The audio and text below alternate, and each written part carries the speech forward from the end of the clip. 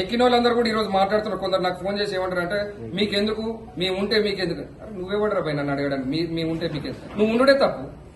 నువ్వు స్టేజ్ పైన తప్పు చేసి నన్ను నువ్వెందుకున్నావు నువ్వెందుకు అడుగుతున్నావు అంటే ప్రశ్నించొద్దా? ప్రజాస్వామ్యంలో ప్రశ్నించే హక్కు లేదా? అవినీతిని బయట పెట్టే హక్కు లేదా? అవినీతిని బయట పెడితే మా ఇంటికి వస్తారా? నేను జగదీశ్వర్ రెడ్డి ఇంటికి 16,000 మందితో నేను పోలేనా? బరాబర్ పోతా జగదీశ్వర్ రెడ్డి ఇంటికి. వాడు చిల్లర చేష్టలు చేస్తే వానికి తగినప్పుడు అంటే ఎన్నికల్లో ఓడిపోవడం గెలవడం లేకపోతే ఇంకో మాట కేసీఆర్ గాడే ఇంట్లో పండుకోలే జనం చీకొడితే దాన్ని చీకొట్టుడు అంటాడు. వాడు 10 ఏళ్ళు అధికారంలో ఉండి అవినీతి చేస్తే ఇంటికి పంపిరు వాడిని.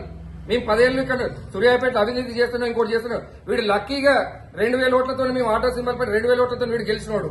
వీడు గెలిచి దాని తర్వాత కేసీఆర్ అనే వాడు ఉన్నందుకు వీడు 10 ఏళ్ళు అధికారంలో ఉండి ఎట్లా పడితే అట్లా మాట్లాడడానికి మా ఇంటికి పంపిస్తారా? మాట్లాడిన ప్రతి ఒక్కరు కూడా అర్థం చేసుకోవాలి. వీళ్ళందరూ కూడా మీ జీవితాలను నాగం చేసుకోకండి.